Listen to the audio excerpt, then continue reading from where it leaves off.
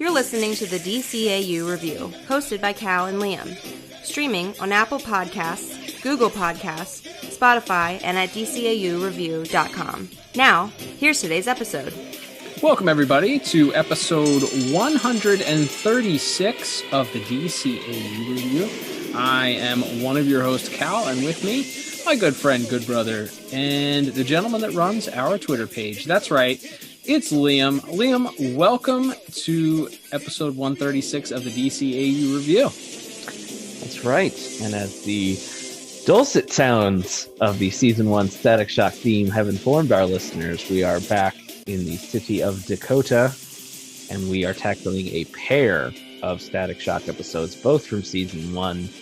And boy howdy, we've got two to talk about here, both focusing on Static's first dealings with some of his ever-expanding rogues gallery here in the early goings of Season 1 with Aftershock, which focuses on Hot Streak, and then later we'll be talking about They're Playing My Song, which introduces Rubber Band Man. So quite a bit to get to today.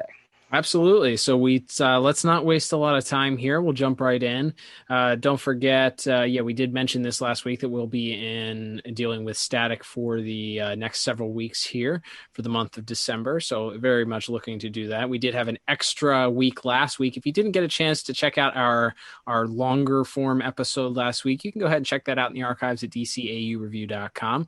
Of course, we were very excited to welcome in the director of that episode that we covered, Kevin Altieri. Really fun time interviewing him and getting some insight on that episode. So if you have not checked that out, do not miss that. Go back in and check that out to hear some of those behind the scenes insights from the man that was responsible for kind of making that episode happen. So, but for this week, Liam, as you said, we have a double feature. So let's jump in. We're going to cover Aftershock first, as you said. So I know the great thing about a double feature is you have the opportunity to give two separate IMDb synopses for these. So we'll start with Aftershock, and then once we get into They're Playing My Song, we'll go into that one. So please, if you don't mind, kick us off with the official IMDb synopsis. Yes, and I'll just precursor here. The Static Shock ones by today's episodes, at least, the wordiest of all IMDb official synopses, but I will soldier on through in my best announcer voice. You're a hero. And that's right, braver than the troops. And starting with Aftershock, which was written by Stan Berkowitz and Alan Burnett, directed by Dan Reba, with music by Stanley Clark and Derek Thornton, and animation by Coco.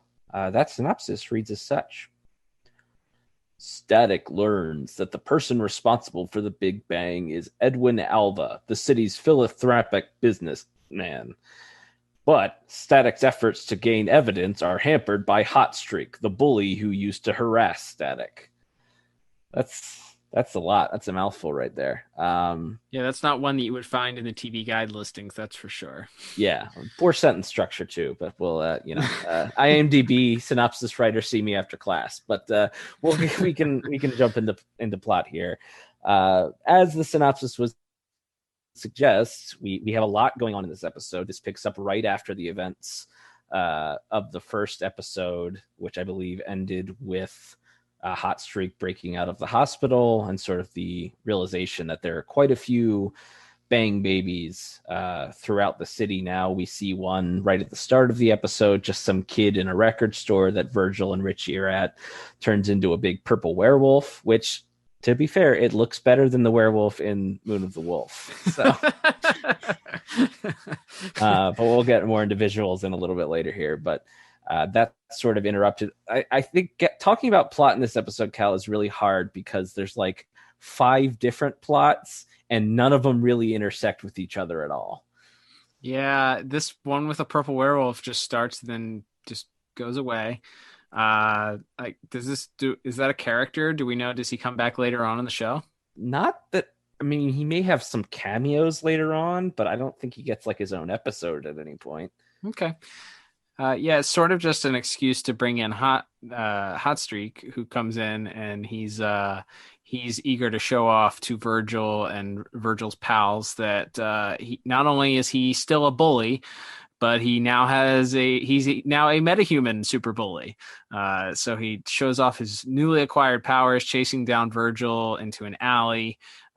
he gets distracted somehow, and Virgil's able to transform and sort of has this mini battle with Hotstreak, where he ends up coming up a little bit short and ends up being a little bit dejected because of it. Yeah, so that's like plot B of the episode is Static having some sort of doubts about himself, and I think that's kind of the frustrating part for plot for this episode for me, is that all of these little elements are kind of interesting and could be their own episode. Static dealing with doubts about, this is still very early on in the superhero career of Static. We talked about it before. There's a lot of Spider-Man parallels to this character, sort of constantly down on himself and doubting himself and needing the encouragement of his friends and sort of the reinforcement of going out there and catching the bad guys to sort of replenish that confidence. But that almost in and of itself, and that being represented by him literally having to fight his 35-year-old high school bully Francis, who's like 3 feet taller than him and like 200 and he's like 6'5", 240, and we're supposed to believe that he's like a sophomore in high school or something. He maybe was held back a couple of years, I don't know, but yeah, so that to me is an interesting episode in itself, but that's sort of touched on and then dropped and then sort of picked up again at the end when we have our sort of final battle between Static and Hotstreak after Hotstreak breaks out of prison. But in the middle there, we also have this little side thing about Virgil being concerned that like his powers are going to mutate further and he's going to turn into a monster like the werewolf they see at the start. So he goes to the doctor, and there's some like weirdly inappropriate for a children's cartoon innuendo about what Virgil's up to in his off time. Yeah, the doctor has this conversation with him, and like he talks, like first it's sort of the conversation steers towards like puberty and like that Virgil's just talking about puberty, and then Virgil is strictly talking about like his powers, but I don't think he's upfront with the doctor about it, and the doctor thinks he's talking about sexual activity. Well, I've been going through these changes. That's normal for a boy your age. This isn't normal, believe me. Virgil, these changes you're talking about, do they involve another person? A lot of them. Does your father know what you've been doing? No, and he can't. Hold up.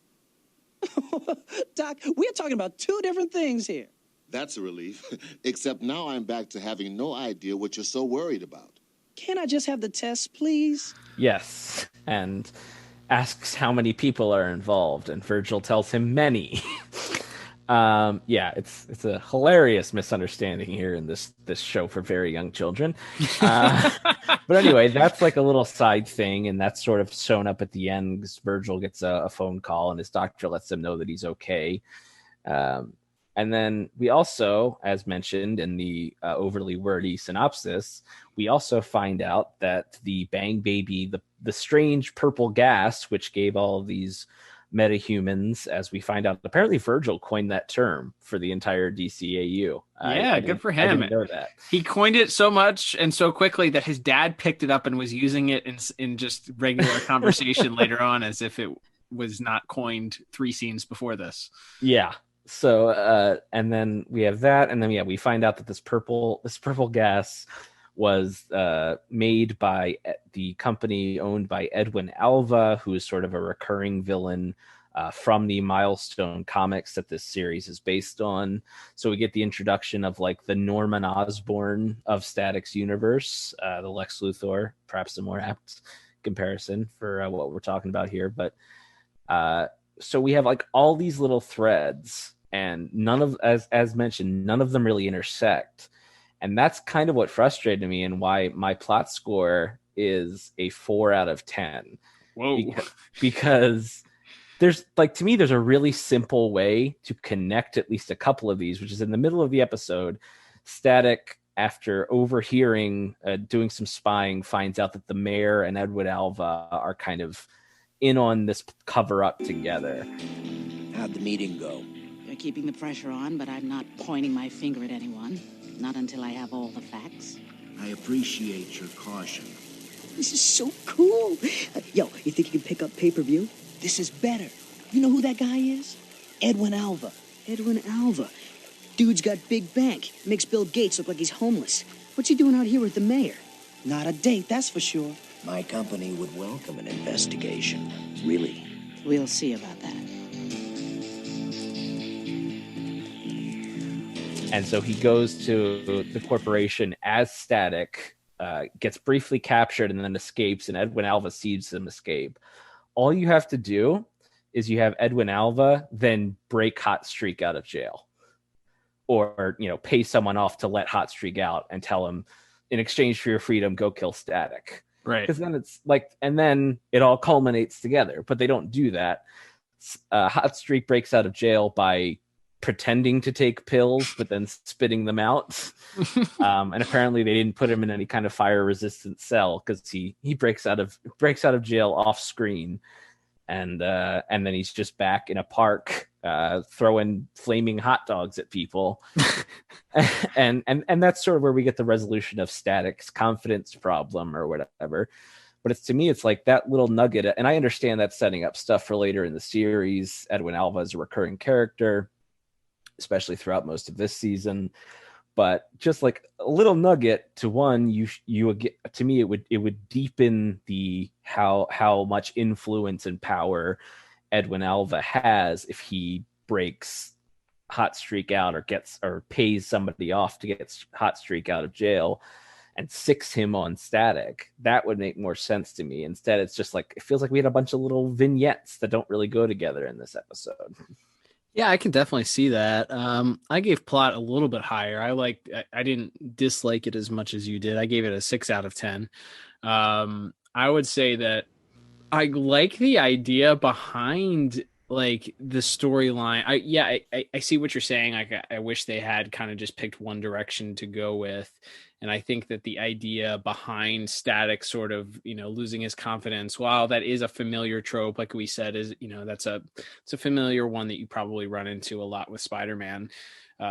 Most often is just being because he's a younger superhero, not being confident in his powers, not being confident in who he is, and allowing a defeat to sort of set him back further than maybe somebody who's a little bit more mature would. But yeah, there's that scene with the mayor and Edwin in the park is just awkwardly long, and they're like feeding ducks or something. Their way of being inconspicuous for their middle of the night meeting in a park is to both have a giant bag of breadcrumbs that they're just every 2 seconds just throwing out. That's not how you feed ducks, first of all. You don't just continually throw. And mind you, conspicuous, but it's the mayor of the city and a dude driving a giant red sports car. Like just the loudest, yes, most ostentatious vehicle that you could think of. This gentleman, and they're standing there in the park, just casually feeding whatever fish or ducks or whatever the crap it was they were feeding them. Like, what a weird scene that, and it goes on forever. Well, yeah, because we had to do our giant exposition dump in the middle of that to let us know that the mayor is crooked. Yeah, it's doing a lot of legwork to sort of lay some ground, like you said, for the rest of the season, I imagine. But I feel like that there are ways that you can do that much better that you can typically find in a cartoon. So I didn't love the way that they did that in this episode either, which is probably why we both gave it. I gave it a little bit higher than you, but still not great scores there for the plot overall. Agreed. All right, Liam. Of course, we didn't mention, but Hot Streak is foiled at the end also by, what else but a poop pipe, right? Yeah, Hot Streak has a line about how Static's powers only affect metal, which, it's electricity. Like, it doesn't just, obviously metal is, one of the better conductors for electricity, but, it's not like if I walked outside and got struck by lightning, that wouldn't hurt, like pretty famously, they tell you not to stand near trees during a thunderstorm for that reason. Like those things get struck by lightning all the time. So you bring Static out into the middle of the forest and suddenly his powers are no good. Yeah, I didn't like that either. Didn't make a whole lot of sense. But yes, we do get to see some. Yeah, he defeats him by dumping sewer water on him. So funny. Oh, classic.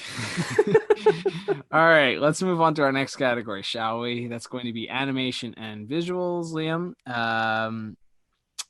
Now, of course, we are back in season 1 Static, which is, I don't know what it's like 2 steps below like Family Guy animation, or like, it's like something you could whip up on MS Paint or something. Like there's not a lot of, we haven't done a lot of Static yet, but when we talk about the season 1, there's not a lot of detail in the actual animation itself, because it seemed to be a fairly low budget production. With that said, I will say that something that fascinated me in a couple of the scenes in this episode, there were a couple scenes where it appeared that maybe, I don't know if it was a different storyboard artist or a different animation team within the company that did it, worked on it, but there were a couple scenes where one of them being the scene where Hot Streak is in his cell. And then there was another scene where Hot Streak, I think, or there's an alley sequence where Richie is talking to Static in an alley towards the end. And there's some really decent shadow work that's done. And that, to me, that's the thing that's missing through most of the visuals for this, is everything's very flat because there's no shadow work. There's no detail. Everybody is just all one color. There's no gradient, there's no shadow work at all done to anybody. So everybody feels very flat and very low budget because of that. But there were a couple of those scenes that I'm like, wow, this is what this would have looked like back then. Like this dimension that's added because of this shadow work really, really does so much to improve. I wish that the rest of this season was done a little bit better. Yeah, no, I think that definitely comes to mind, because when they do it, I think there's even a little bit when Static is sort of tailing Alva back to the headquarters, and he's like listening in via his car phone antenna, because this cartoon was in the year 2000. Yeah, I didn't mention this, but this episode debuted September 30th, 2000. So we're over 20 years here. Yeah, and that's actually a plot element we forgot to mention, is that when Static escapes the Alva Corporation, he has a compact disc with all of the incriminating evidence on it, which Hot Streak inadvertently melts because Static was just carrying it around in his pocket. This got a lot of play in this. There's the scene in the CD player, or in the CD store also, where Static is playing the CDs by hand, which I thought was a pretty cool trick. But of course, nowadays people are like, what the heck is, first of all, what is that? Second of all, what the heck is he doing? Yes. Yeah, there's that. And then he uses like a serving dish or something as a listening device later. So yeah, Static, the visualization of the different ways Static can use his powers, I thought was pretty cool. I think the two fight scenes we have with Hot Streak are fine. I think the first one where they're near the construction site and Static's kind of raining down all these supplies on him is interesting, and him, as we mentioned, Hot Streak is stopped by the fire department the first time. Static doesn't even stop him. So just in the mid battle to see him get just they were fire hoses, but it looked like it was supposed to be some sort of flame retardant. Like it was like a sticky substance. It wasn't water that they were spraying him down with. Yeah, it was like a fire extinguisher type, like foam stuff. So, and then and the last fight, which as we mentioned, the whole point is Hot Streak goes to a park to wreak havoc and draw Static out, because he thinks Static's powers only work on metal, which Static doesn't really dispute that claim, but he does point out that there's metal everywhere, especially even if you can't see it. So he pulls, as mentioned, a giant pipe out of the ground over him, which he says, "Oh, thank God it was a water line was here." And we go, "Nope, it's a sewer line." And I will say, usually I feel like in these cartoons, sewer water is like a greenish color. They went for a real strong brown in the the water that landed on Hot Streak in this episode. They did not shy away from. They wanted to leave nothing to your imagination. That's right. But yeah, like I don't think there's anything. I think, like I said, I think the coolest parts are probably the different ways Virgil uses his powers in unique ways with the CD and with listening in on Alva and the mayor. But I just went 6 out of 10 on visuals. I don't think there's anything spectacular, but I do think it's fine. And again, I feel like we grade a little bit on a curve because this is what the show is. Right. So as you've pointed out, it is such a stark difference even between this and later seasons of this show, much less Batman or Justice League or anything. So it can always be tough doing that. But I think everything is fine, but there isn't anything spectacular in this episode. Yeah, I would say, like I said, those two sequences, it just left me wanting, like, man, I wish this didn't look like a low budget web series. Like, I really wish that they had, because those scenes showed, and I don't know. Obviously I'm not an animator. I don't know what costs what, and I assume shading and adding shadows and depth to characters certainly is something that would add to a budget based on just time being used. But man, like those scenes really stood out to me, and I was like, man, this doesn't look too terrible when you watch these scenes, and then the rest of it is just like, man, this just looks so low budget. I laughed at Hot Streak throwing exploding hot dogs at people. Like, okay, he gets to the park where he's trying to trap Static, as you mentioned, and he takes over a hot dog cart and he burns them, and then he starts firing them at people, making them explode on people.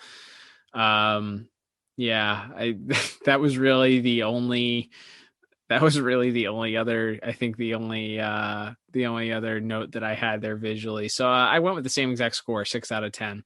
I think if more of those scenes, if this had that additional detail, it would have been higher. I think Hot Streak is an interesting, I mean, he's the Human Torch sort of, but in villain form, but at least there's some interesting visuals, and I think he matches up well with Static's powers as well. And certainly the visualization, as you mentioned, of Static's powers were certainly some of the highlights.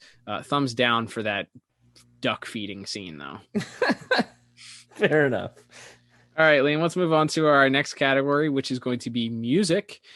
Music, of course, Static is one of those shows that they have not released on soundtrack, so you can't listen to songs in isolation outside of maybe the theme song.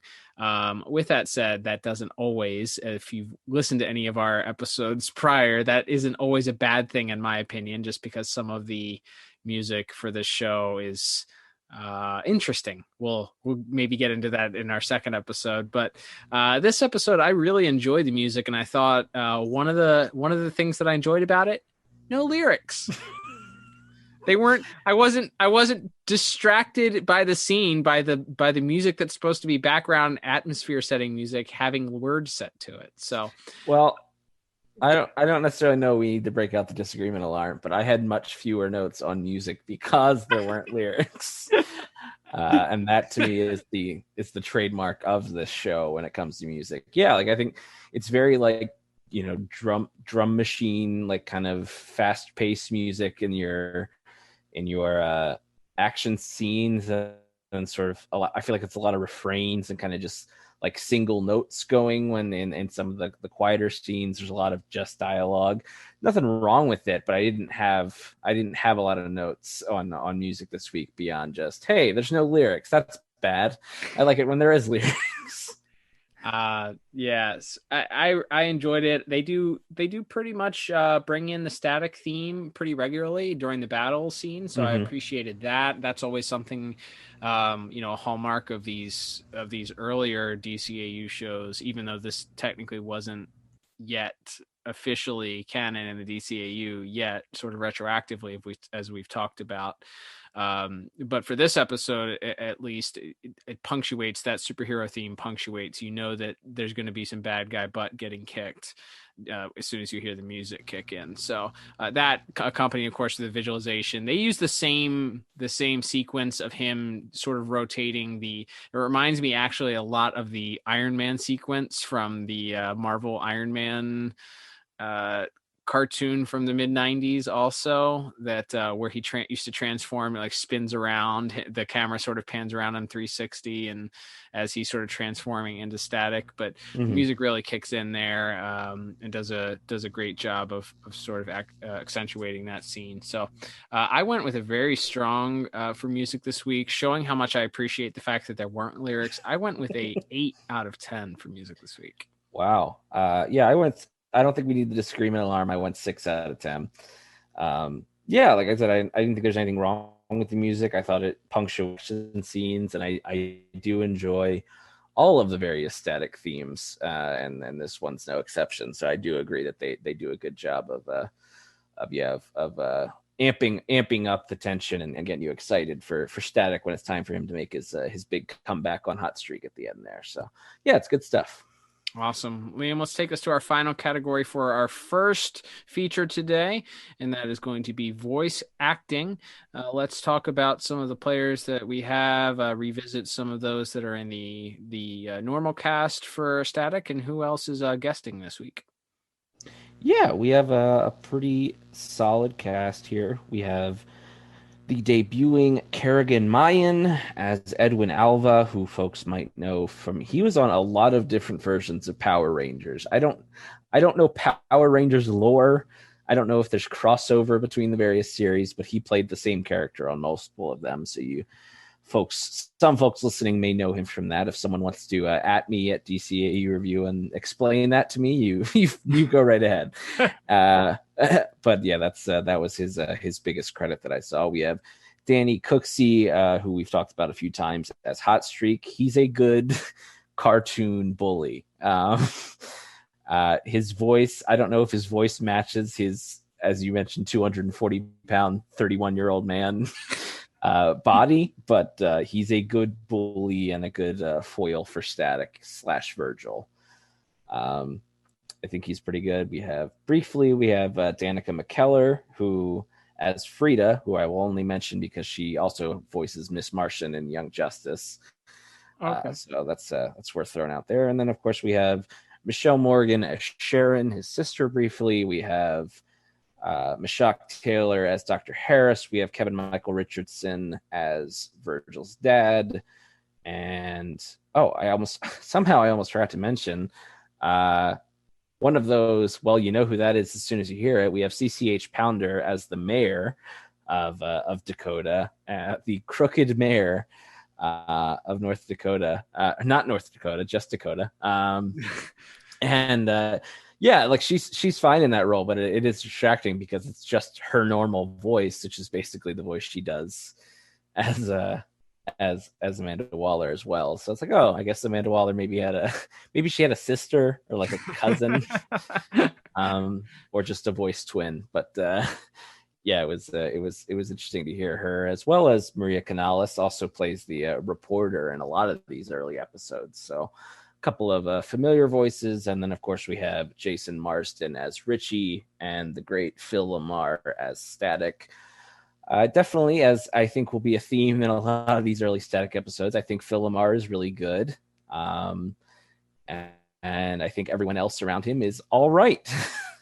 I didn't think anyone else was great, but I do think there's some good stuff, and some of the different emotions that he has to play as Static in this episode. As we mentioned, he's going through a whole lot of stuff, but with the stuff with the doctor, the stuff with sort of doubting himself versus Hot Streak, and then also having him being sort of an investigator and a bit of a detective as he's trying to find out what's going on with the Bang Baby gas. I think he does a pretty good job in this episode. Yeah, he's really, really great. My score is based off solely on Phil LaMar's performance. And, we've talked about it's a very different type of character. He's playing a quippy, younger teenager, obviously, which is a very stark contrast to his persona as Green Lantern or any of the other voices that you may know him doing outside of it. So it's a different type of voice and it's a different type of dialogue. But for this, I felt like he did a really great job, especially sort of that uncertainty and certainly that panic and worry if he's gonna, turn into something that he's not able to control, and the dynamic sort of with his dad, where his dad is sort of ragging on Static and puts he hears that Static got bested by Hot Streak and is worried that maybe Static is going to turn just like any of the other Bang Babies. Everywhere you look, there's another Bang Baby, setting fires, wrecking buildings, scaring everybody, and no one's doing anything about it. Well, what about that kid they were talking about on the news? What's his name? Static. He's doing something, isn't he? Didn't you hear what happened today? He got beat. Bad. Besides, he's probably a Bang Baby, too. If he is, he's one of the few good ones. For now. What's that mean? Nobody knows anything about these meta-humans. Now, what if Static keeps changing? What if he turns into some kind of monster? Nobody knows. Not even Static himself. So there's definitely a range of emotion that he has to pull off, and some of it is that doubt, and some of that is that worry and concern. And I think he does a really great job. This is a really strong performance, I thought. The rest of everybody else was okay. I thought CCH Pounder was actually really, really good. Again, I mean, she's a great actress, so I think I think her character, I could take or leave her character probably, but I think her performance was really strong. And I thought the supporting cast, I thought James Marsden was good, and I think the rest of the supporting cast was pretty strong this week. So I actually went with a pretty strong 9 out of 10. Wow. Yeah, I'm a little bit lower, but I gave it a 7 out of 10. Still strong there. Yeah, I think that there's a scene where I think near the end, as you mentioned, where Richie's kind of giving Static a pep talk, and he just mentions, hey, like you're not just Virgil anymore. You're a hero now. And I think we've talked about that certainly in a lot of the Statics we've reviewed so far, that a lot of times a character like Richie, like Robin in the original Batman animated series, can kind of just be used as a quip machine, the comic relief, as it were. But so seeing him, getting to show a little bit more emotion, a little bit more of emotional range, and him sort of, giving that pep talk to his best friend, I thought he did a good job with that. So yeah, I think it's a strong episode, mostly thanks to Phil LaMar and Jason Marsden. Agreed. All right, so let's tally up our final scores here, Liam. Tallying everything up, I end up with a pretty decent 29 out of 40. Yeah, and I'm just a little bit lower. Thanks, I think, mostly to my plot score, bringing down the average a little bit. But I have a 23 out of 40. And that might be our biggest disparity of 2020. I don't know. We'll have to. I don't. It might still be that a previous Static we covered based on our musical disagreements. But it's definitely up there. Static seems to bring out very polarizing final score. So we'll have to see with our double feature here whether or not that trend continues. But as far as rewatchability for this episode, Liam, I think you're right. I guess this is like the first Hot Streak episode, and it does introduce some of these plot threads that are going to continue throughout the season.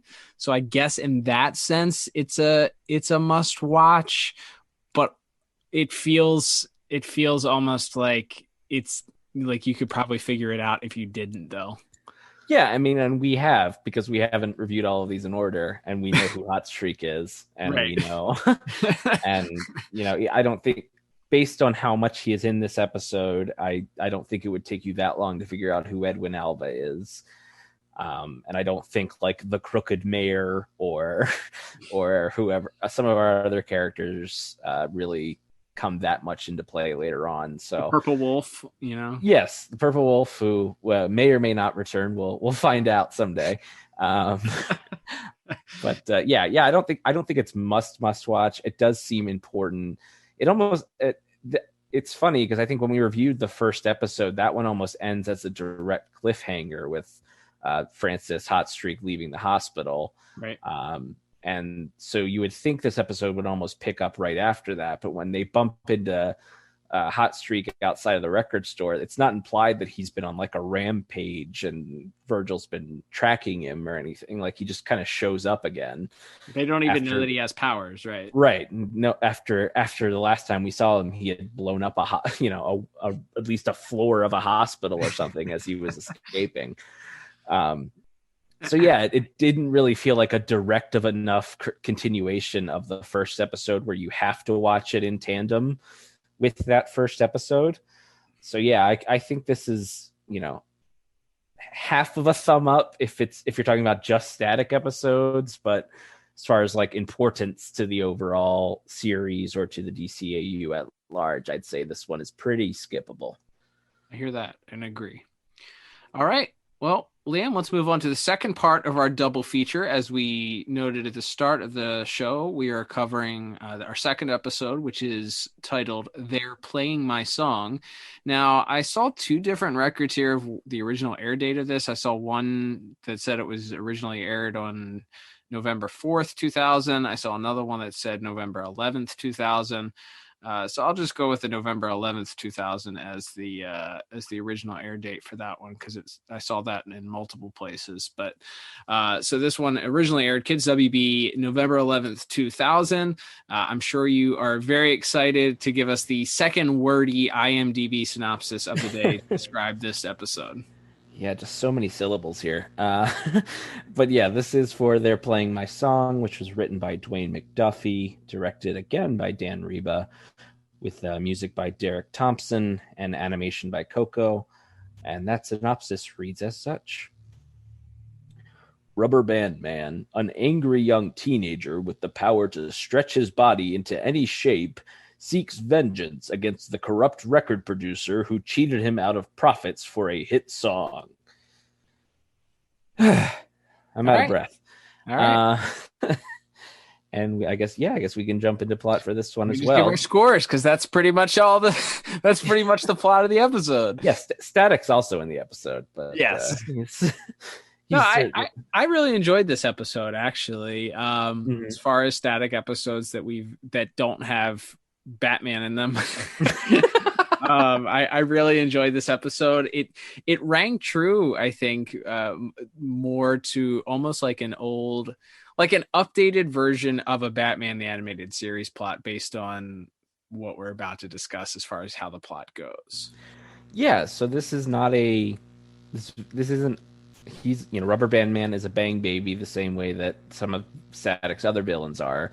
But he isn't motivated by greed, or he's not just knocking over banks. He has a specific goal in mind, and that is before he was a bang baby, he was making beats. He sent samples of his beats to a record label, trying to get hired. And this producer, DJ Rook, that we meet later in the episode, literally just stole his beat and then gave it to a popular group called the Ice. It was the Ice Pack. Not a group, it's a single rapper. Oh, it's just okay. Pack would make you think it was multiple people, but you're right. It's just one dude. Ice Pack. Ice Pack. Ice Pick, I feel like would make better if it's just one guy. I don't know.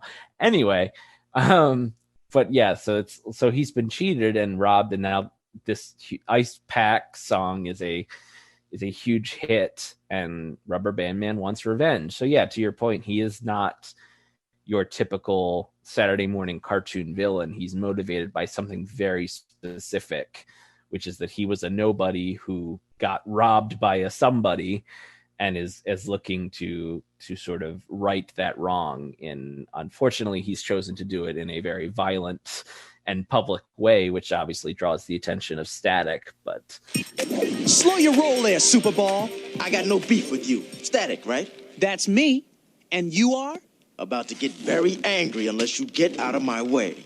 What do you want with these folks? Punk inside stole from me. If he did, this isn't the way to fix it. I tried every other way. Now move. How about we go all radical, sit down, and talk about it? I don't think so, Sparky. Be that way. Nice shot. But rubber's an insulator, so your electrical powers can't really hurt me. Oh, no, you don't. Let me tell you something about electricity. A big enough charge can overload any insulator.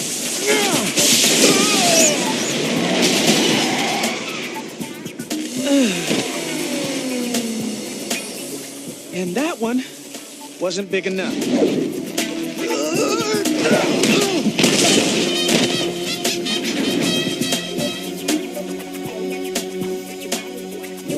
You're not the enemy.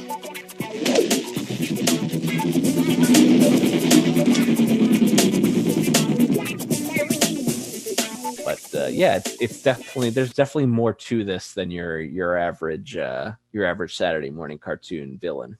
Yeah, as you mentioned, the late great Dwayne McDuffie wrote this episode, and it's interesting because it's more of it's a commentary on the music industry in a way. I think there's a couple of comments that DJ Rook makes in the episode, like after Rubber Band Man it figures out that this DJ is the person responsible for ripping off his beat.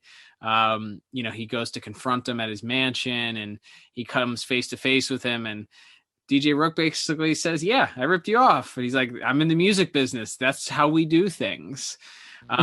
Which, it's interesting. And we obviously, we're not a music industry podcast. So we're not I'm not going to get on a soapbox here, but just, for a second, if you know anything about the music industry, it's very, very, very, very, very one-sided when it comes to, well, at least it has been for a very long time. Record companies make all the money in most cases and keep a lot of the profits. And it's very, very hard for individuals to make money it can be done, but record companies make hand over fist for typically what your typical performer makes, or band or rapper, or, your favorite artist.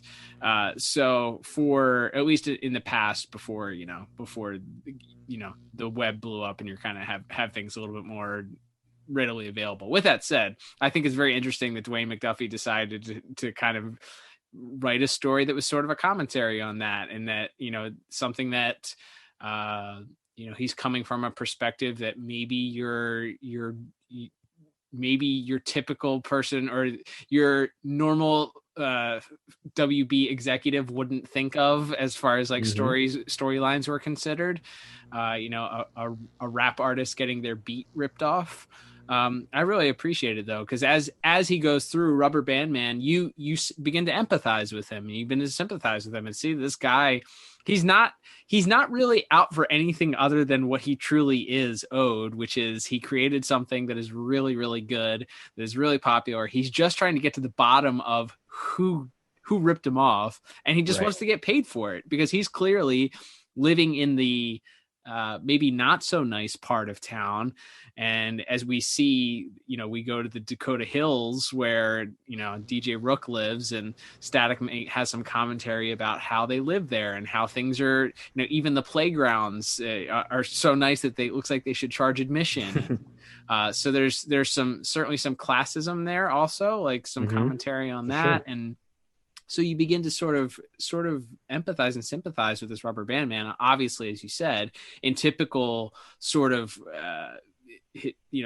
classic cartoon, maybe Batman the Animated Series fashion, the character, maybe you can sympathize with him, but his means of getting things done, certainly he attacks Ice Pack at a CD signing, which dates the show. There was a CD signing. They used to sign CDs and give them to people. But he attacks Ice Pack and puts him on top, takes him to the top of the tallest building, or the record company building in the city, and puts him on top of the building, tells him he's going to leave him there until he tells him who's responsible for it. So obviously the means by which he tries to exact his vengeance are certainly not wholesome, but you can at least look and see, like, he's just trying to get what he deserves.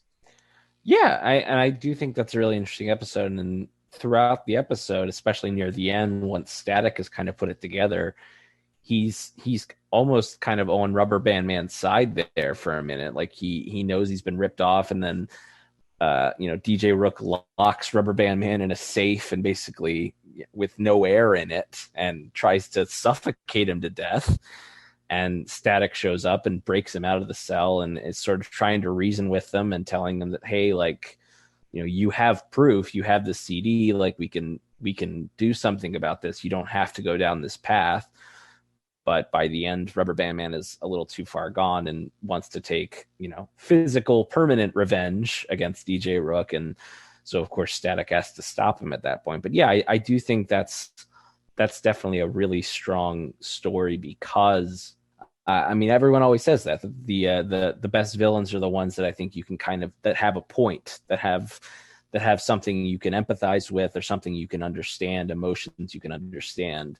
He's not a guy twirling his mustache, robbing banks or just being evil for the sake of it. He has a very specific goal, and he was wronged by people who, in some ways, are just as bad as him, and if not worse in some ways. And people profiting off the hard work of someone else, and that person not getting credit for it. Like it's a really interesting story, and yeah, there's a lot of layers to it, and I think they handle it very well. And it's not like a super happy ending for Rubber Band Man. Is again, he has that moment where he can kind of turn back from that life of crime and instead decides to keep going with it, and Static has to stop him. So it's ultimately kind of a little bit of a bummer of an ending, but it's very, very strong. And I think it really touches on a lot of subjects that, as you mentioned, especially in touching on it in a way,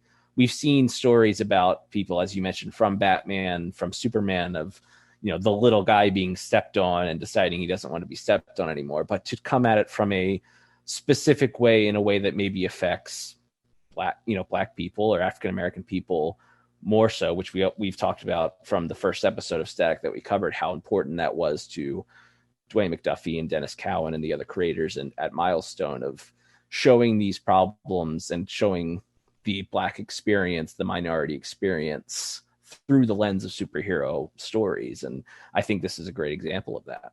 Yeah, absolutely. There were a couple things, moments in the plot that I thought that stuck out a little bit. One of them, it's interesting. So after Rubber Band Man puts Ice Pack on top of this record company, and he figures out DJ Rook is the person responsible for this, he leaves him there, and Static kind of comes and has to save Ice Pack from falling off the top of the roof. But he sort of enacts some very Batman-like motive or ways of get tricks and getting information out of Ice Pack at that point. He kind of lets him drop a little bit and threatens him a little bit if he doesn't give him some information. So I thought that was interesting that Static sort of showed a little bit of a dark side to his character and willing to get information. What? I mean, how? You rappers certainly are an articulate bunch. What was that, a freestyle?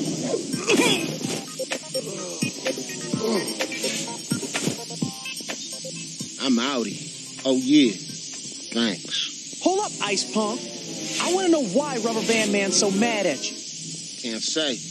You steal from him? Like maybe some music he wrote? Don't mess with this. Very scary person involved. Yeah, me.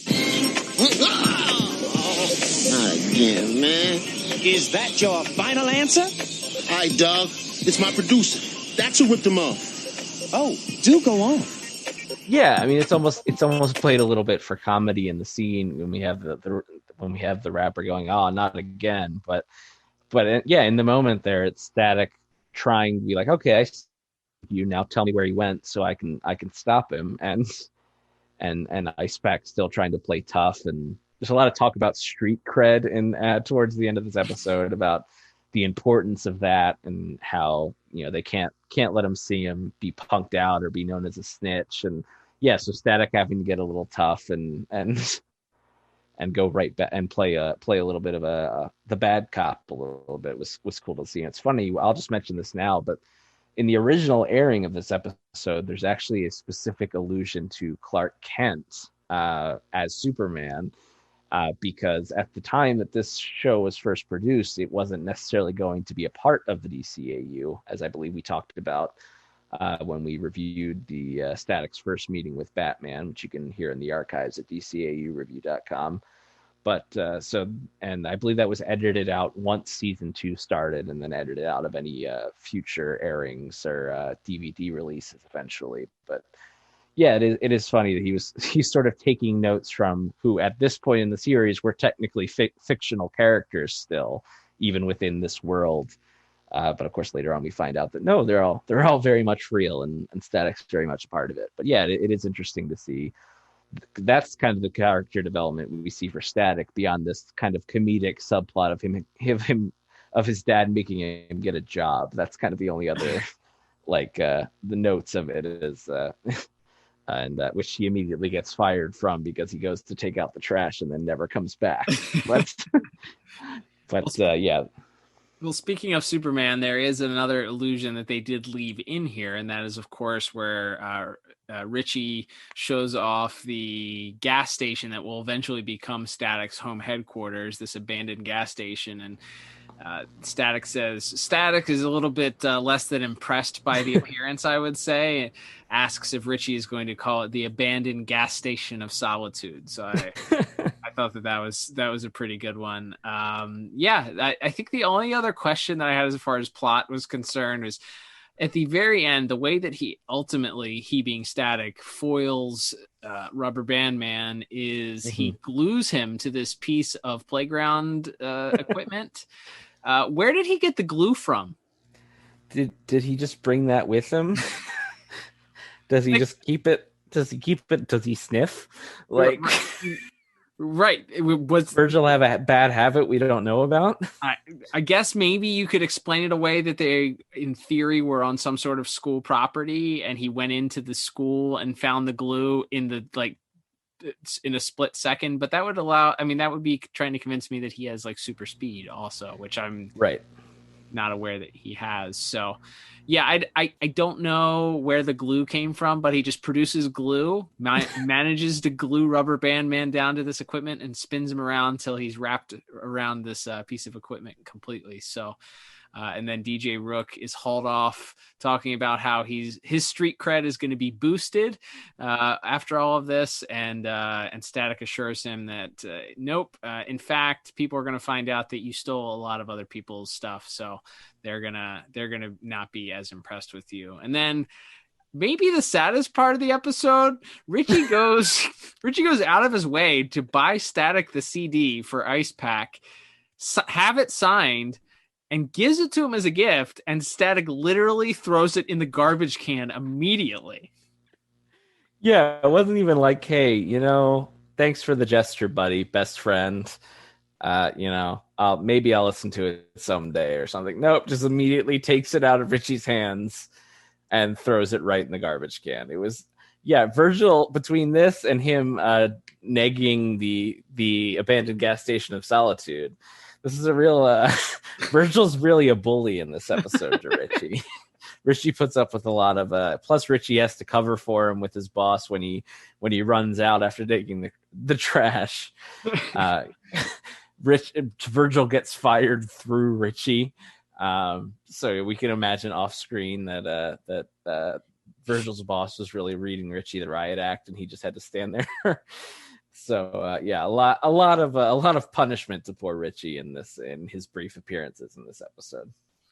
All right, well let's boil this down to some scores here. I think this is a really, really strong episode. I think, like I said, yes, I think there's a couple things that seem to be borrowed a little bit from Batman the Animated Series. Certainly, that, like you said, it's not an original idea having the guy that's trampled upon sort of rise up and try and take on the big bads that are actually the villains of the episode. And even the scene with Rubber Band Man being locked in a safe seemed to be maybe possibly borrowed from an episode of Batman the Animated Series that we've covered. So there was some familiarity about that, all of that together. However, I think this is a really strong episode. Certainly the dynamic that we talked about, bringing some depth to the character, bringing a second dimension to the person that's sort of supposed to be the bad guy. You know, there's a big green neon sign pointing saying this is the bad guy of the episode, but then you realize, you know, a quarter of the way through the episode that's actually he's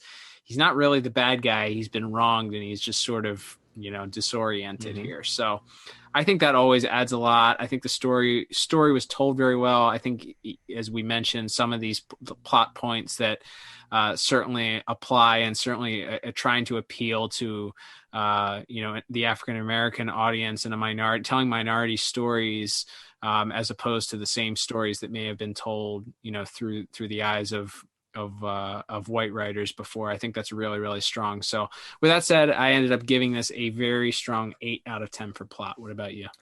I actually went a full 10 out of 10 for plot here. Awesome. I love this episode. I think, especially from a narrative standpoint, for all the reasons we've already talked about. And it's just, it's paced very well. Like nothing, we talked about how like painfully long the duck feeding scene was. There's nothing like that. Like this episode moves very well. We get a little bit of comedy with Virgil at the fast food place. That's fun. And you know, his friends kind of busting on him a little bit. I don't know who the third guy was with Frida and Richie. He's just like a guy with a little bit of a Jamaican accent. Maybe it's played out later on. Maybe. Yeah, we'll have to put a pin in that and come back to it later. But I thought that's fun. And then you have this very serious sort of main plot that it's kind of really nuanced about it. And yeah, I thought it's a lot of fun. So yeah, I thought it was deserving of a perfect score from me. Love it. All right, let's move on to our next category, which is going to be animation and visual. Obviously, we are still here in season 1. With that said, we have at least a visually interesting character with Rubber Band Man, of course. His powers manifesting in ways that we've probably seen, whether we've watched Fantastic Four or maybe later on in Justice League Unlimited with the elongated man. But a stretchy guy, as Jon Stewart would call him, is always welcome to sort of witness some of those powers. I think that adds to a lot of fun visuals that were had for this episode, which, despite the fact that we're still in that very sort of generic webisode style animation for the majority of it, it adds a dynamic that makes this episode visually interesting and fun. And I think a lot of the character designs were pretty interesting also. Yeah, imagine if Rubber Band Man was in that Justice League episode. We would have had 3 stretchy guys. What could have been? Yep. But no, yeah, I think that's definitely the strength of it from a visual standpoint. They establish there's the thing that like Rubber Band Man and Plastic Man does this sometimes too, where they establish that he can shapeshift as well, which is fine. But like, I never understand, because it's, from what we can tell, he's in this like spandex suit that like expands and contracts with him, but like it also changes colors, because at one point he's in like street clothes and like a collared shirt and jeans that change from blue to purple. Later, he's dressed as a woman who doesn't have any purple on her person at all, and then transforms back into it. So I guess it's just the type of mutation he has. And I know he gets a different suit later on in the later seasons. But I was trying to figure out if does he make the suit? Like, is he nude? I guess is my question. Like, is everything on him made from him, or is the suit was he wearing the suit when he got hit with the gas? Like, was he involved in something else? Was he like a speed skater or something? And it's like a roller derby costume or something. Like it's a very I don't know. We don't get the full backstory of where the origins of his suit came from. So really, I think that means it's up to your headcanon. So if you want him to be able to transform his skin to a purple material like visual, that's fine. I'm uncomfortable with thinking that he's just running around basically naked all the time. I'm just trying to figure out how it's either the suit is magic and can change color, or he makes the suit out of his skin. Those are my two options. But I think that's definitely the strongest part from an animation standpoint to try to get us back on schedule here. I think the scene, especially where he's chasing down the limo near the start of the episode, and he's transforms himself into this ball, and he's just bouncing, and you have sort of the road moving underneath him very fast, and it feels like it's a high speed chase, even though it's just a purple guy bouncing forward. It feels like he's coming after them pretty aggressively, and that first fight with him and Static feels a little more violent, I feel like, than a lot of these early Static episodes have been. Like he's really kind of beats the tar out of Static in that first fight.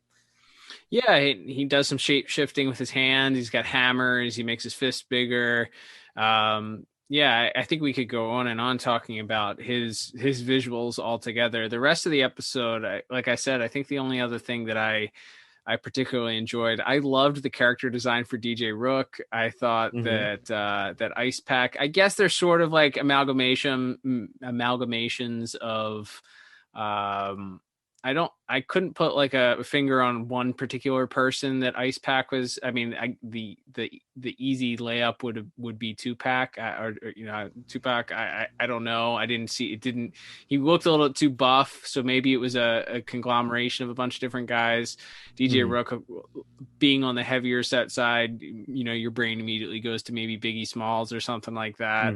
But either way, they had their own unique looks. It wasn't just a caricature of one of those classic rappers from the 90s. It was, DJ Rook in particular had some flourish to him, man. He was kind of dressed up a little bit very pimpish. I was like, yes. He has a white suit with a leopard trim on it, with leopard lapels, and big gold chains and stuff that you would assume that a very rich record producer that has a vault in his living room with just a Scrooge McDuck amount of dollars in it would seem to have. But I really enjoyed visuals for this.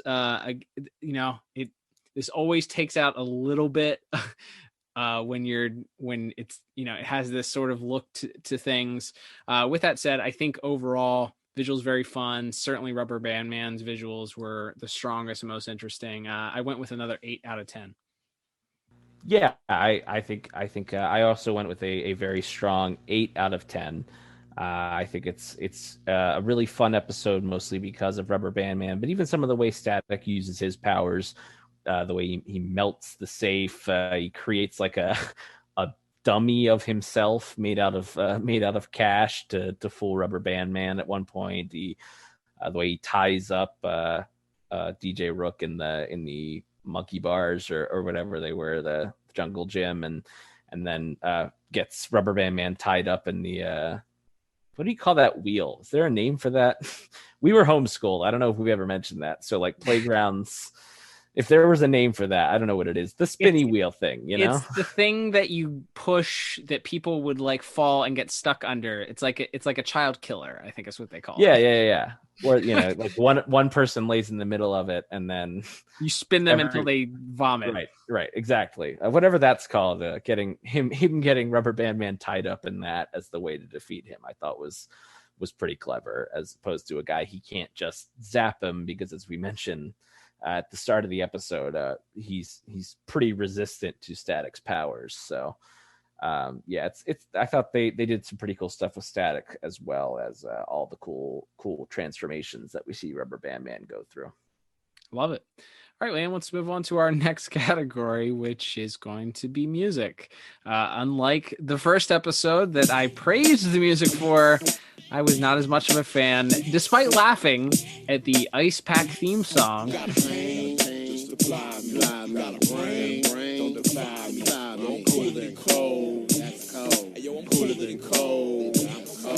Ready to chill, I ain't teasing, absolute zero, yeah, I'm freezing.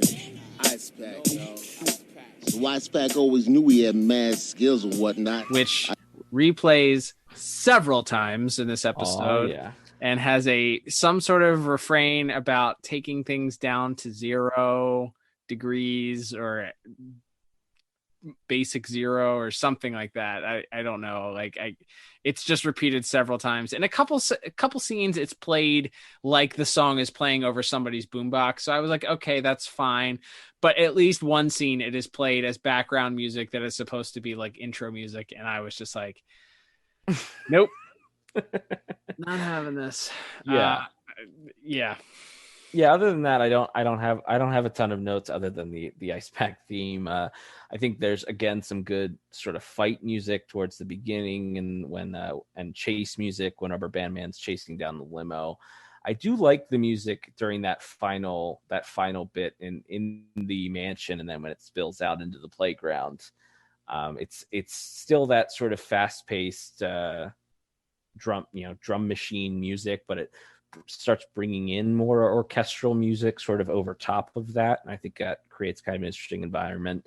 But not a lot to write home about with music for either of these episodes this week, but I went with a 6 out of 10 for music because I liked the Ice Pack theme. I actually also went with a 6 out of 10, and that's because, like I said, 2 out of the 3 times they played the song, you could say that it was being played over somebody's. It was either playing at the place where they were signing the CDs, or it was playing over somebody's CD player that also had a speaker in it, I guess. I don't know. Sure. But yeah, I also gave it a 6 out of 10 because at least, I chuckled at it because it was goofy. And at least it wasn't just 100% of the time played as this is the atmospheric music that you're supposed to set the mood for the scene. All right, quickly, Liam, we will move on to our final category of the day, which, of course, is voice acting. For this episode, of course, we have some of the regulars that we just covered from our last episode, but we do have another large cast here. So who are some of our voice actors for this episode? Yeah, so we once again have brief appearances by Kevin Michael Richardson as Robert Hawkins. We have Michelle Morgan as Sharon. And then we, of course, once again, Danica McKellar as Frida. But, of course, our main players this week, we have a couple of guest actors here. We have Kadeem Hardison, who folks might know from A Different World, playing Rubber Band Man. I think he's good. I don't think he's great.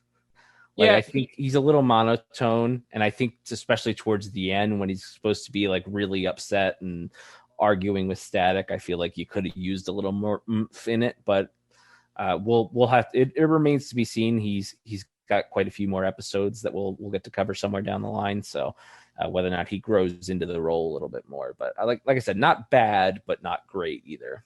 Yeah, my only note for him was that I felt like his performance kind of went downhill from the start. Like it started out pretty decent, and then it kind of got progressively not as good. So, be interested to see how in the future appearances that he has, his performance in those. That's right. And then and before we get to our heroes of the piece, we do have one other guest, that being DJ Rook, played by an actual musician and star of the 80s. Terrence Trent D'Arby, playing the role of DJ Rook here, and he sounds like a celebrity trying to be an actor. No offense to him, but he's I recognized the name, and I was like, I know that name. Where's it from? And then most of his credits were on soundtracks for movies, and I was like, oh, he's a singer or a musical artist. He's not really an actor. So I think this was more just kind of a wink to, because the story took place in the music industry, they got someone from the music industry. And again, he's not terrible or anything, but he's just, again, it sounds like he's reading off a script. Like it sounds like he's reading everything, especially when he's giving like this very villainous monologue about how this is the music industry and that's just what happens. And I steal beats from a lot of people and everything like that. Like you really could, if you had like a really strong voice actor there, that could have been something really special. And again, I get the coolness and the factor of actually bringing, a celebrity from that world in for your episode that focuses on that world. But his performance left a little bit to be desired, I would say.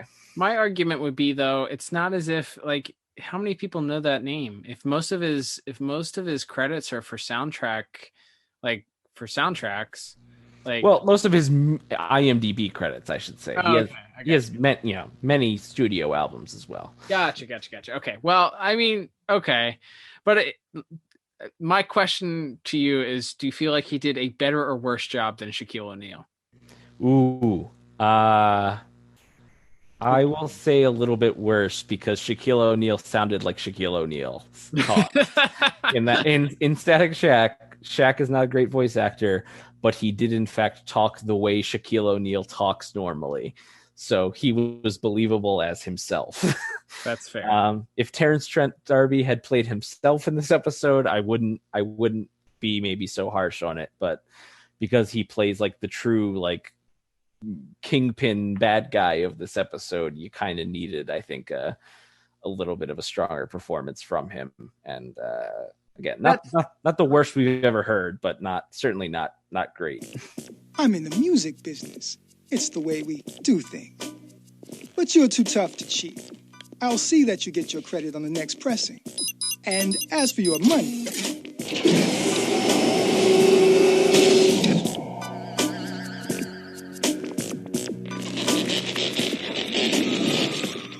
just take as much as you can carry for now. We'll work out the details tomorrow, okay? As much as I can carry, huh?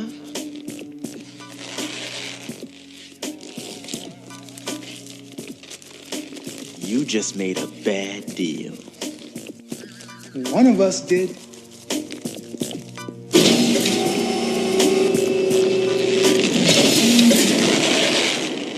Yeah, this is the last thing I'll say on it. It makes sense if it's somebody who's like internationally, like we have Shaq starring on the program this week. Like, great. All right. You might get a couple people that tune in because they're curious because they really like Shaq.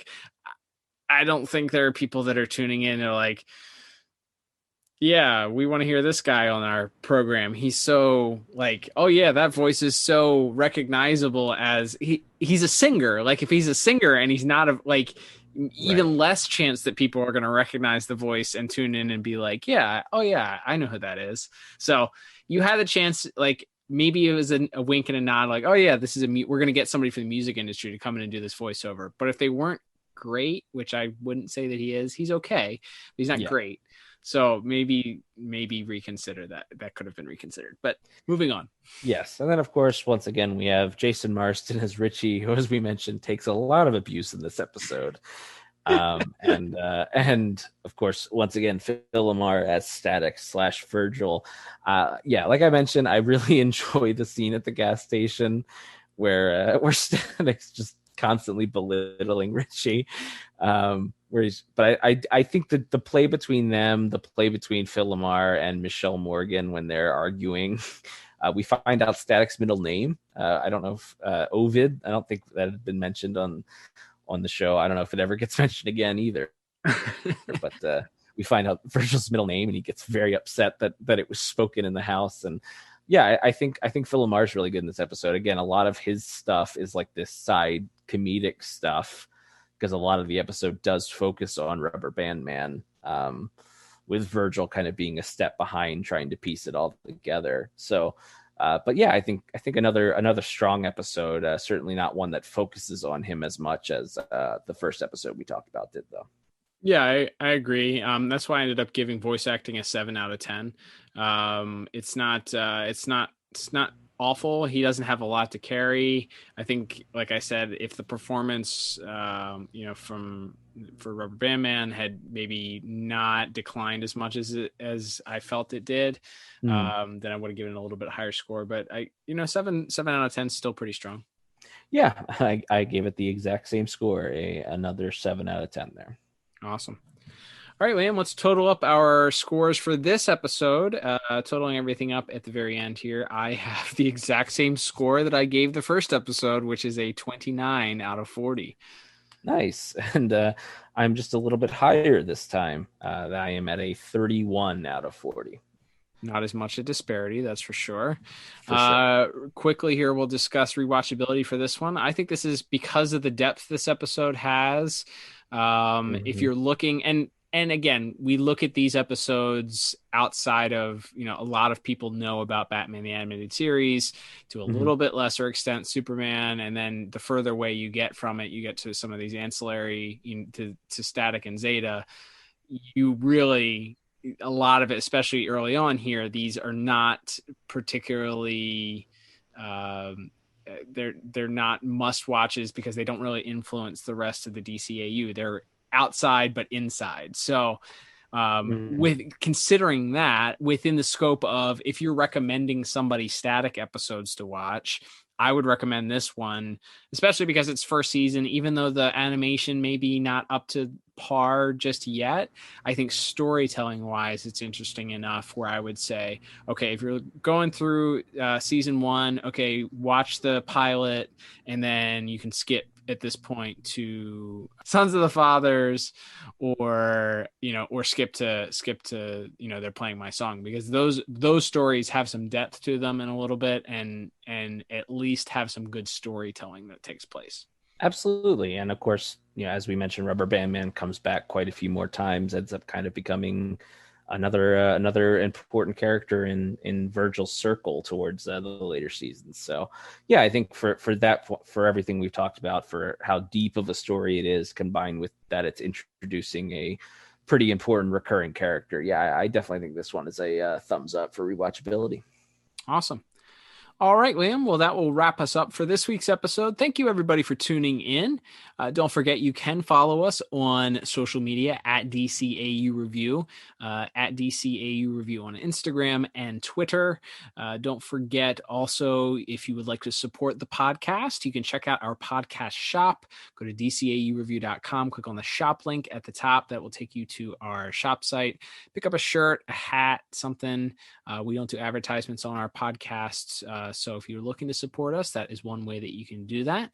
Liam, of course, we do typically reveal on our social media, as we just mentioned here, specifically on Twitter, what episodes that we'll be covering in the upcoming weeks. So obviously we are here for the rest of the month of December. We are staying with Static Shock. So what are we covering on next week's episode? Yeah, so we'll be jumping ahead a little bit into season 2, and that is because may not feel like it, but it is in fact the holiday season around here, and we've got some cool holiday themed stuff coming up. And on the last Saturday before Christmas, we will be tackling the episode Frozen Out from season 2. Awesome. One of the few holiday episodes we have yet to cover. Don't forget, if you are in the holiday spirit, you can go back in the archives at DCAUreview.com and check out our prior reviews of episodes like Christmas with the Joker, or Comfort and Joy, which was Liam, an all-time favorite for yours. Speaking of Christmas with the Joker, we announced this week on Twitter that we are trying something new. We'll be releasing a bonus episode this week. Liam, our very first attempt at what they call a watch-along.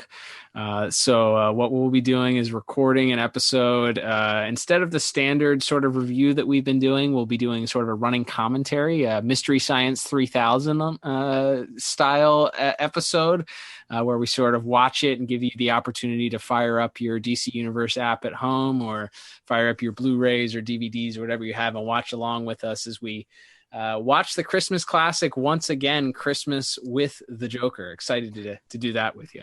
Yeah, absolutely. We covered that one all the way back in the second episode of this show ever. So, and though I have watched it every Christmas that's passed since, I have not sort of put on the analytical cap, which and it won't like you said, it's not going to be the typical structure of our normal reviews, but it'll be fun to revisit it for the show in a new format. And yeah, it'll be fun. Hope people tune in for it. Yeah, we're excited to do that. Don't forget though, check us out next week. We'll be back here with Static. But until then, I'm Cal. And I'm Liam. We'll talk to you on the next episode of the DCAU Review. Bye-bye.